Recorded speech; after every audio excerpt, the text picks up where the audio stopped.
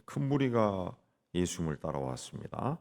이제 풍랑 위를 거니고 서로 보니게 여인의 귀신 들린 딸에게서 귀신을 쫓아내고 기먹고 온 어눌한 자를 고쳐 주시고, 그런 이적을 이제 소문을 듣고 많은 사람이 왔죠. 그 중에는 병에서 낫기를 원하는 사람들도 있었을 겁니다. 또 이분에게서 한번 가르침을 받고 싶은 그런 마음을 가진 사람도 있었을 것이고, 또 호기심을 가지고 온 사람도 있었을 거예요.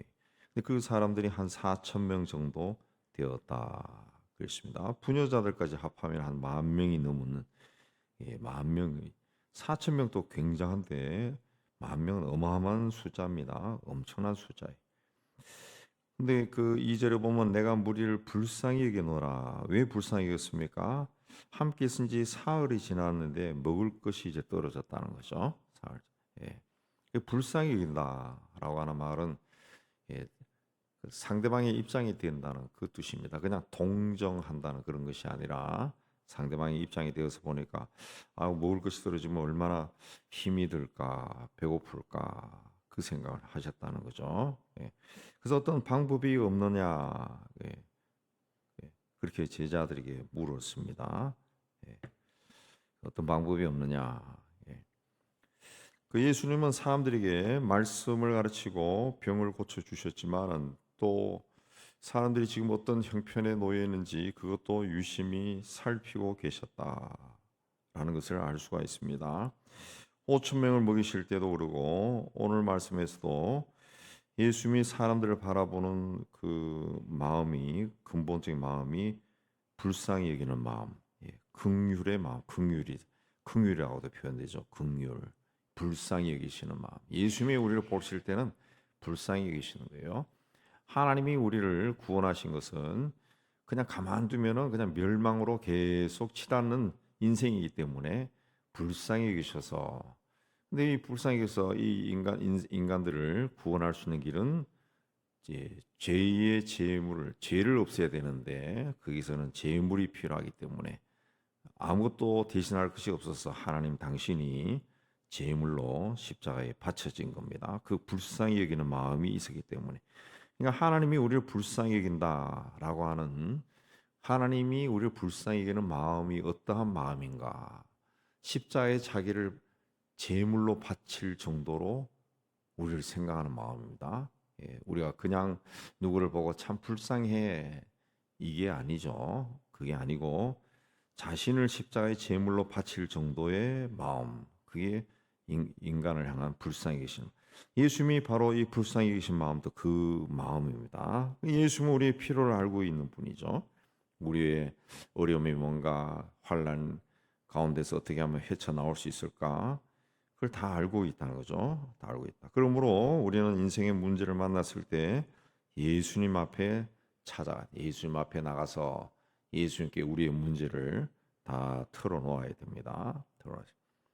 그렇게 해서 우리의 그 믿음이 생긴다. 그렇게 해서 예수님부터 해결받으면서 우리의 믿음이 생기는 것이 점점 강해지고 견고해지고 신앙이 성숙해지고 그런 겁니다. 근본적으로 하나님은 우리를 불쌍히 계시고, 또 우리는 하나님 앞에 나갈 때 그런 마음을 가지고 하나님이 나를 이렇게 아시는구나, 자세히 아시는구나, 그 마음을 가지고 하나님 앞에 나가야 우리의, 거기서 이제 믿음이라는 것이 생기는 거죠. 생기는 거죠. 근데 그 모습을 보고 바리새인들이 예수를 힐난했다. 11절에 힐난했다. 힐난한다는 것은 헐뜯는다는 겁니다. 논쟁을 하면서 헐뜯는다. 그래서 그를 시험하여 하늘로부터 오는 표적을 구했다. 그랬습니다. 하늘부터 오는 표적. 표적. 왜 표적을 구했느냐 하면은, 이분은 메시아도 하나님의 아들도 아니기 때문에 그냥 표적이 아니라 하늘로부터 오는 표적을 구했다. 하늘로부터 오는 뭔가를 해봐라. 그걸 요구를 한 거죠. 그러니까 지금까지 예수란 청년이 병자를 고치고 귀신을 쫓아내고 어떤 이적을 일으키고 그런 것을 보기도 하고 소문도 들었지만은 그 뭐 별 대수롭지 않게 생각한 거죠. 마치 모세가 바로의 궁전에 가서 하나님의 백성들을 내놔라 하면서 여러 가지 이적을 베푸니까 바로의 술사들도 비슷한 똑같은 이적을 베풀었던 것처럼 대수롭지 않게 생각을 한 겁니다. 생각. 예. 바리새인들의 제안을 받고 예수님께서 마음속 깊이 탄식했다. 그랬습니다. 예. 그래도 나름대로 하나님의 말씀을 알고 말씀을 가르치고 또 이 말씀대로 생활한다고 자부하는 바리새인이라는 사람들이 이렇게 무지할 수 있을까 해서 답답해서 탄식한 겁니다. 탄식한 거. 예. 그래서 이 세대에 어찌하여 표적을 구하냐 하고 이 세대에는 표적을 주지 않겠다 하고 떠나셨다 그랬습니다. 떠나셨다. 이 표적을 구한다는 것은 이 말씀을 통한 신령한 은혜보다 어떤 감각적인 경험을 원한다는 그런 뜻입니다. 우리도 하나님 앞에 그 믿음이 약할 때 이런 표적 구하는 걸 많이 합니다. 이렇게 해주시면은 내 믿음이 강해질 건데 이렇게 하시면은 평생 하나님 앞에 충성하겠습니다. 뭐 이런 그런 것들이 이제 표적을 구하는 신앙이죠. 그런 것은 이제 하나님이 굉장히 답답해하고 그런 표적은 안 나타나요. 거의 안 나타납니다. 네, 예. 저도 한 번만 하나님을 봤으면 좋겠네요. 뭐 그런 기도도 한 적이 있었는데 청년 때 하나님을 눈으로 보면은 죽는다 그랬어요 성경에. 근데도 그런 그 기도를 한다고 사람이. 예. 뭐 천국과 지옥도 우리가 가본 적도 없어요. 그러나 그걸 우리가 믿는 겁니다. 이제는 아마 신앙생활 좀 했다 하신 분들은 천국과 지옥이 있냐 없냐 논쟁하지 않을 겁니다. 그냥 믿습니다. 그냥 믿습니다. 또 인생 살면서 세월이 흘러가고 나이도 들고 하면은 저절로 믿게 되죠. 믿게 되죠. 이 감각적인 것만을 자꾸 손으로 만지고 눈으로 보고 몸으로 경험할 수 있는 것만 자꾸 요구하다 보면은 그 감각적인 적이지 않은 것은 다 부인하게 되고 불신하게 되죠. 불신하게 돼요. 예. 그러면은 영성이 깊어지지 않고 신앙이 성숙해지지 않습니다.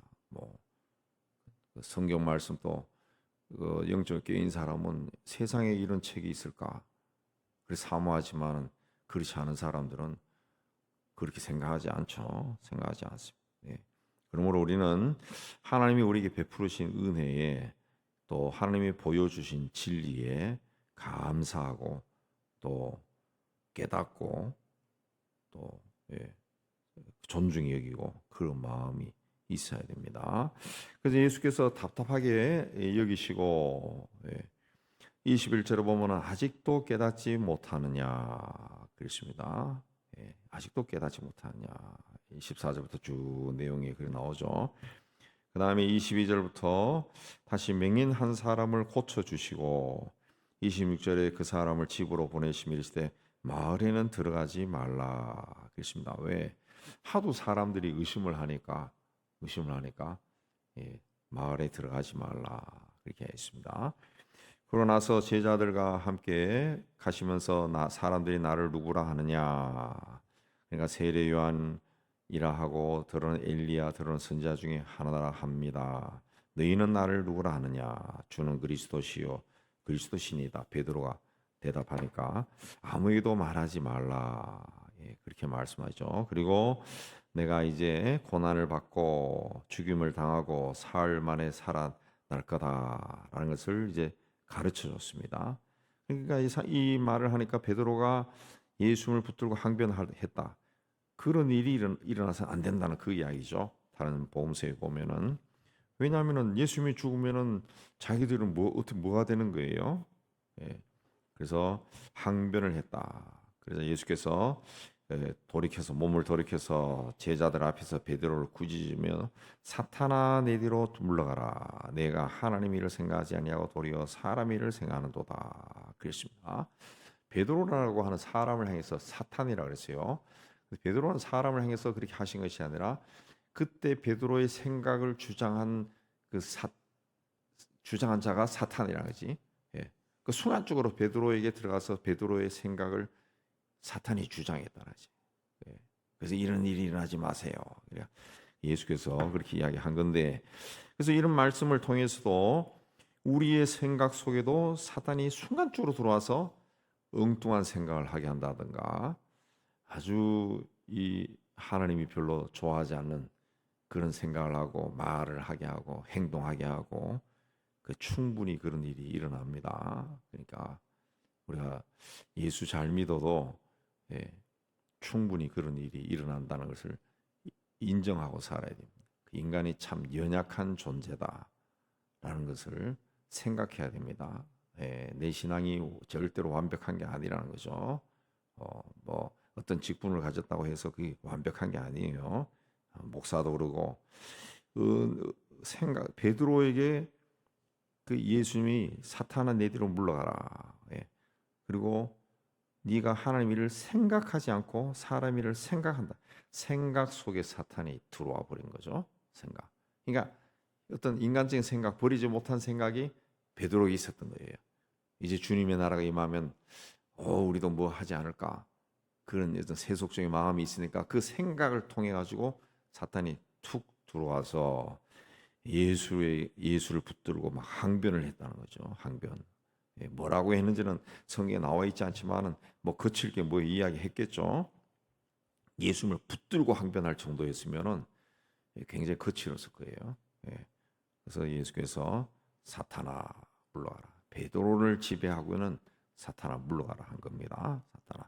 우리가 이 어떤 부정적인 생각이 생기고 비관적인 생각이 생기고 생각이 나고 또 내 안에 있는 지병, 병마와 싸울 때 스스로도 자기 속에 있는 병도 자기가 싸우는 거죠. 이 병을 쫓아낼 때도 이 병마, 이 사탄이 이 병을 내 지병을 가지고 나를 컨트롤할 수 있다는 것을 생각해야죠. 생각해서 이 사탄아 물러가라 그러죠. 사탄아. 그래서 자기가 가지고 있는 병에 대해서 계속 명령하는 거예요.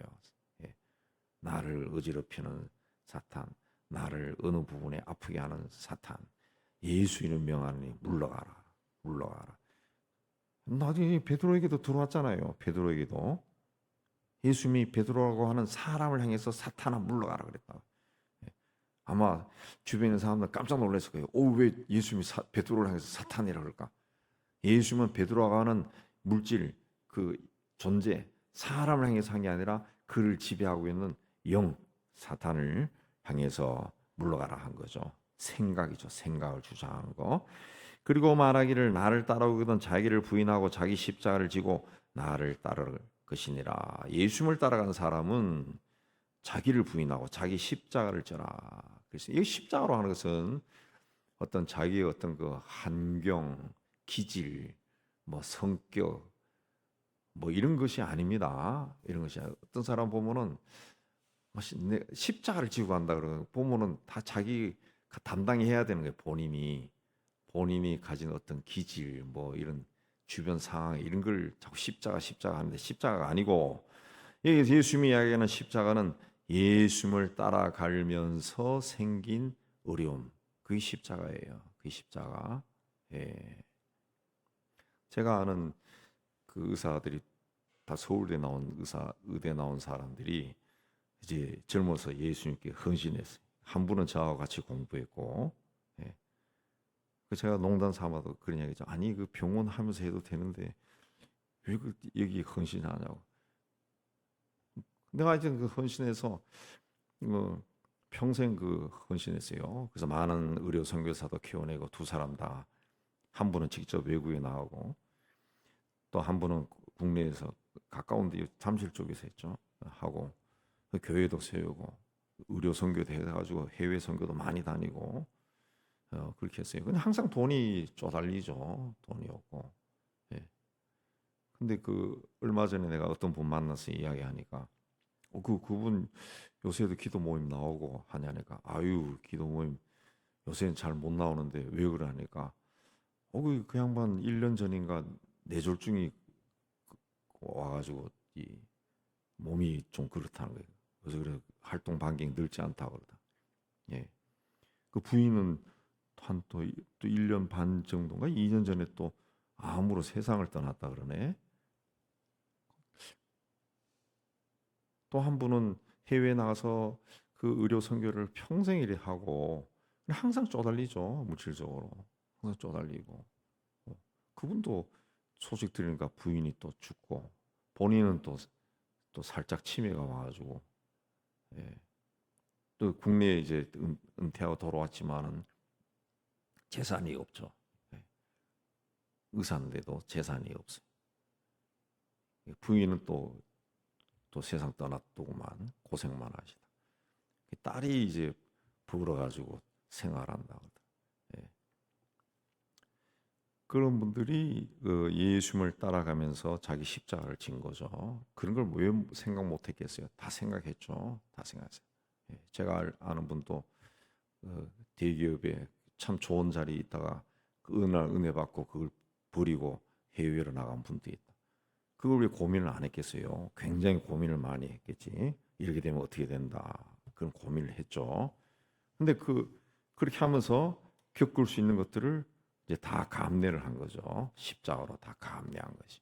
예, 감내한 것이. 예, 또 어떤 분은 그렇게 해서 나간 분이 있는데 그래서 자식들이 약간 이제 중학생 정도 됐는 것 같아요. 그래서 아이들하고 굉장히 갈등이 심했다더라. 아이들하고 왜 이렇게 사냐 그러고 갑자기 잘 살다가 갑자기 못 사니까 어, 그 이야기를 또 며칠 전에 누가 하더구만. 굉장히 갈등 생겨서 애들이 성인이 되어서도 갈등이 심하고 그 중에 한 아이는 거의 나이가 들어도 결혼도 안 하고 그리고 굉장히 괴로운 이야기 하더구만. 그러니까 예수를 따라갈 때 자기 십자가 있는 거예요. 자기 십자가. 예. 재산도 포기해야 되고 이 포기해야 되고 그다음에 받아들여야 될 것이 있죠. 예수를 믿고 예수님께 헌신하면 예수님이 이야 멋지다 해가지고 따라와 해가지고 어 어디 가서 막 이 선교사하면 선교가 막 팍팍팍 일어나가지고 막 궁전 같은 교회를 짓고 막 집이 생기고 뭐 하고 그거 없어요. 그거 없습니다. 그냥 국내에 있는 자기 집까지 다 팔아가지고 다 집어넣고 나중에는 돌아와서 갈 데도 없고, 예. 그래서 어떤 생각 있는 분들은 은퇴한 선교사들을 위해서 자기 재산을 털어가지고 집을 몇 채 짓고 빌라 같은 거 짓고 거기에 거의 아주 싸게 거주하게 하는 그런 분들도 있더라고. 어떤 교회에서는 그걸 직접 하는 교회도 있고 그게 이제 다 안 되니까 우리나라가 그 요새 그 임대주택이 발달돼 있으니까 제가 어제도 어느 글을 보니까 그 은퇴 선교사들을 위한 그런 제도 법과 제도를 통해 가지고 제공하는 그런 일을 하는 또 단체가 생겼더구만요. 예, 변호사나 뭐 이런 사람 등 세무사 등등을 통해 가지고 그렇게 해서 이제 그 임대주택을 다 이렇게 받는 거예요. 임대주택. 예. 거의 들어간 분도 제가 아는 분이 있는데 굉장히 행복해한다. 굉장히. 그리고 국가에서 주는 최저생계비 그 받는 거예요. 예. 그리고 그 이 정부에서 하는 그 지원이 있죠. 사회복지 지원. 뭐 공공근로 그거. 보면 참 좀 슬픈 생각이 들어요. 평생을 주님을 위해 헌신했는데 그야말로 자기가 가진 달란트 때로는 물질까지 다 했는데 나중에 노인이 되어서 고국에 돌아오니까 예, 집이야 뭐 정부에 주는 임대주택 들어간다 그러지만은 그 작은 집에 그리고 살 길도 제대로 없어. 예, 그렇게 사는 사람들이 있다. 그게 우리가 처음에 초기에 선교할 때 연금이라는 것을 전혀 생각을 못했기 때문에 그걸 못한 거예요. 근데 어떤 교회들은 연금 같은 경우를 아주 잘해줬더라고. 우리가 했던 우리와 같이 협력했던 그 러시아의 이창균 선교사님 같은 경우는 그 주 파송 교회 그 목사님이 우리 몇 년 선배인데 그분이 굉장히 지혜로운 분 같아. 그 연금을 들어준 거예요. 예. 당에 설득해가지고 연금을 들어준 거예요. 예. 선교비도 했지만은 연금을 들어서 우리 이송 여사님이 그 뭐 굉장히 많이 받지는 않지만은 두 사람이 살 수 있을 정도로 그렇게 받고 있다고 하더라고요. 참 그 훌륭한 일이죠. 훌륭한 일. 그러니까 예수님을 따라갈 때 지는 십자가가 있다. 그거 이야기하는 거지. 내가 가지고 있는 어떤 뭐 기질, 뭐 우리 애가 나를 뭐 성격 이상해서 내가 고생한다 이런 거 아니라는 거죠. 그런가 하면 내가 뭐 물질이 부족하고 이런 것들이 또 아니라는 거죠. 그래서 그 35절하고도 연결돼요. 누구든지 나와 복음을 위하여 목숨을 잃으면 구원하리라 그랬습니다. 자기 십자가는 생명을 바치라는 그게죠. 생명을 바쳐라. 네 삶을 바쳐라. 생명을 바쳐라. 그렇습니다. 예.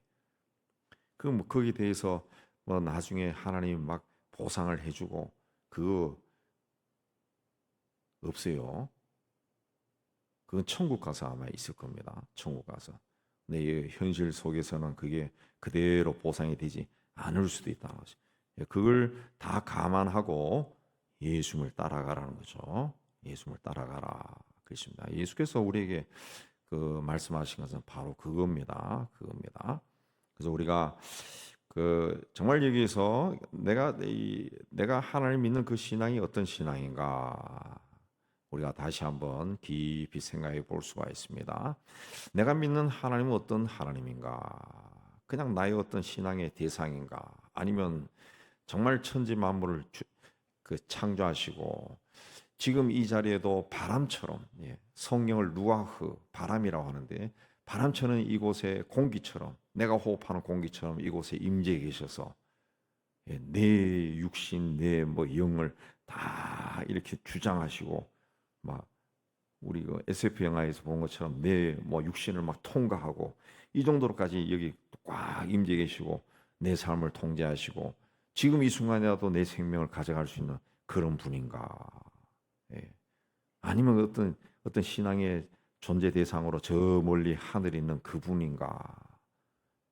우리가 여기에 대해서 근본적으로 질문을 해야 돼. 질문을 우리 신앙에는 항상 그 질문을 해야 돼. 질문을 하고 나는 누구냐부터 하나님은 누구냐? 내가 믿는 예수는 누구냐? 자꾸 질문을 하고 거기에 대해서 본인이 답하고 그렇게 해야 이 신앙이 그 체험 신앙이 되고 믿음이 생기고 매일매일의 삶 속에서도 내가 길 걸어가면서도 내가 만나고 보게 되는 것에서도 주님을 볼 수 있고 또 주님이 나에게 보여주는 것을 볼 수가 있고 깨달을 수도 있고 그렇게 할 수가 있는 겁니다. 예수께서 오늘 그 이야기합니다. 아직도 깨닫지 못하는 아직도 이 세대가 표적을 구하냐? 어찌하여 이 세대가 표적을 구하냐? 아직도 깨닫지 못하느냐? 그렇습니다. 이제 주님 앞에 보다 주님이 원하시는 그 모습으로 서서 임마누엘로 나와 함께 하시는 그분, 그분을 느끼고 그분과 실질적으로 동행하는 여러분이 다 되시기를 주의 이름으로 축복합니다.